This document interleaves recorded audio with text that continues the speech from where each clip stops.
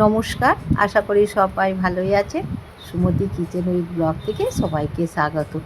আবার আজকেও হচ্ছে টিফিন আপনাদের সঙ্গে শেয়ার করছি। সকালে টিফিন খাওয়া হবে আর আমার ছেলের হচ্ছে টিফিন বানাচ্ছি। দুটো ডিমকে সেদ্ধ করে নিয়েছি, সেদ্ধ করে নিয়ে একটার খোসা ছাড়িয়ে নিয়েছি আর এই ডিমটারও খোসা ছাড়িয়ে নিলাম। ভালো করে ডিমকে সেদ্ধ করে নিয়ে আর ঠান্ডা করে ছাড়ালে সহজেই ছেড়ে যায়। এবার এইগুলোকে হচ্ছে খোসাগুলোকে ফেলে দিয়ে ডিমটাকে কাটবো। কুসুমগুলো দেবো না, কুসুমগুলোকে বের করে নিতে হবে। ছুরি দিয়ে এই যে মাঝখানটায় কাটবো, কাটলে সহজেই কিন্তু কুসুমগুলো বেরিয়ে আসবে। ওর তো শরীর অসুস্থ, ডাক্তার হচ্ছে কুসুমটা খেতে বারণ করেছে, সেই জন্য কুসুমটা এই যে বের করে নিচ্ছি। সাধারণত কুসুমটা খেতে বারণই করে, সবাইকেই বারণ করে, না খেলেই ভালো। কুসুম ছাড়িয়ে নিলাম। প্রতিদিন আপনাদের সঙ্গে আর ভিডিওটা আমি শেয়ার করিনি, মাঝে মাঝে শেয়ার করছি। আশা করি আপনারা দেখবেন আর ভালো লাগলে চ্যানেলটিকে সাবস্ক্রাইব করবেন, লাইক করবেন, শেয়ার করবেন, কমেন্ট করে জানাবেন আজকের টিফিন কেমন হয়েছে। আমার ছেলের হচ্ছে তো অসুস্থ ছিল, এখন তো বাড়িতে এসেছে হসপিটাল থেকে, আর কী খায় সেইগুলোই আপনাদের সঙ্গে শেয়ার করছি। দুটো ডিমেরই কুসুম ছাড়িয়ে নিলাম। সবথেকে ফেভারিট ছিল আমার কুসুম, সেই কুসুম এখন আমি খেতে পারি না। কুসুমটাই খেতে কিন্তু খুবই টেস্ট লাগে। ব্যাস ব্যাস ব্যাস ব্যাস, যা হয়েছে হয়েছে, একটুখানি লেগে আছে, কিচ্ছু হবে না ওতে। কুসুমগুলো বের করে নিয়েছি, এবার হচ্ছে চিঁড়ে নিয়েছি। চিঁড়েটা হচ্ছে পাতলা চিঁড়ে, পাতলা চিঁড়েটা সঙ্গে সঙ্গে ধুয়েই খাওয়া যায়, সেই জন্যই পাতলা চিঁড়ে নিয়েছি। যদি একটু মোটা চিঁড়ে নেওয়া হয় তাহলে ভিজিয়ে রাখতে হবে ধুয়ে, আর একটু বেশি করে জল দিয়ে ভালো করে হচ্ছে ধুয়ে নিচ্ছি।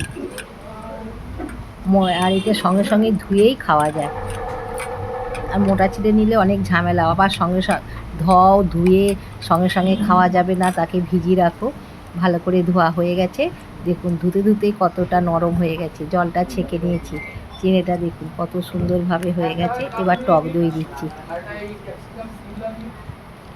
আপনারা যেমন পরিমাণের হচ্ছে চিঁড়ে নেবেন সেই পরিমাণে হচ্ছে টক দই দেবেন, বুঝেই দেবেন। মানে যে খাবে তার উপরেই নির্ভর করছে কতটা তার টক দই পছন্দ, কতটা মিষ্টি পছন্দ।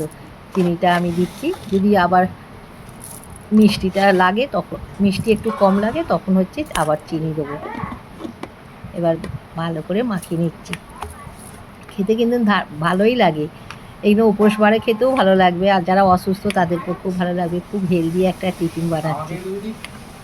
একটু দই চিড়েটা যদি আগে বানিয়ে দিতে, আর এক বাটির মতো একটু।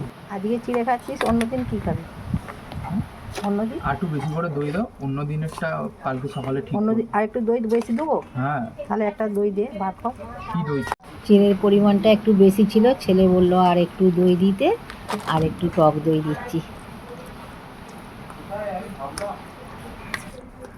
টক দইটা খেতে কিন্তু ভালোই লাগে, আর টক চিনি ছাড়া খেলে আরও ভালো হয়, কিন্তু আমার ছেলে খেতে পারবে না, সেই জন্য একটু চিনি দিলাম। ভালো করে মেখে নিয়েছি ডিম।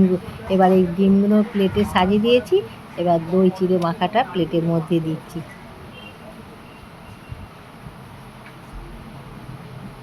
একটুখানি হচ্ছে ডিমের মধ্যে গোলমরিচ আর বিট লবণ ছড়িয়ে দেবো, তাহলে খেতে কিন্তু খুবই টেস্ট লাগবে। একটুখানি হচ্ছে বিট লবণ ছড়িয়ে দিচ্ছি, একটু বিট লবণ দিলাম আর একটু গোলমরিচ গুঁড়ো দেবো, খেতে খুবই টেস্ট হবে।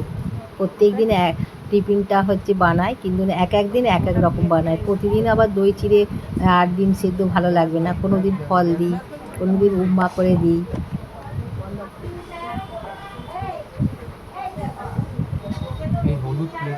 প্রত্যেক দিন একঘেয়েমি টিফিন তো ভালো লাগবে না, এবার কলা দিচ্ছি। আমি খাবো না। দুটোই খা, দুটো করেই খা, তবে তো পেট ভর্তি হবে, নাহলে কি করে হবে? তাহলে চিড়ে বেশি খেতে কেটে দেবো কলা, না গোটাই দেবো? না, গোটা থাক। আচ্ছা ঠিক আছে, আর কিছু নয় তো না। আজকে? আর অন্য কিছু আজকে শুধু কলাই দিলাম আর পেঁপে বা অন্য ফল দিলাম না। এটাই ছিল আজকে সকালের টিফিন। আবার দেখা হবে আপনাদের সঙ্গে, ততক্ষণে ভালো থাকবেন, সুস্থ থাকবেন, আর অবশ্যই পাশে থাকবেন। নমস্কার।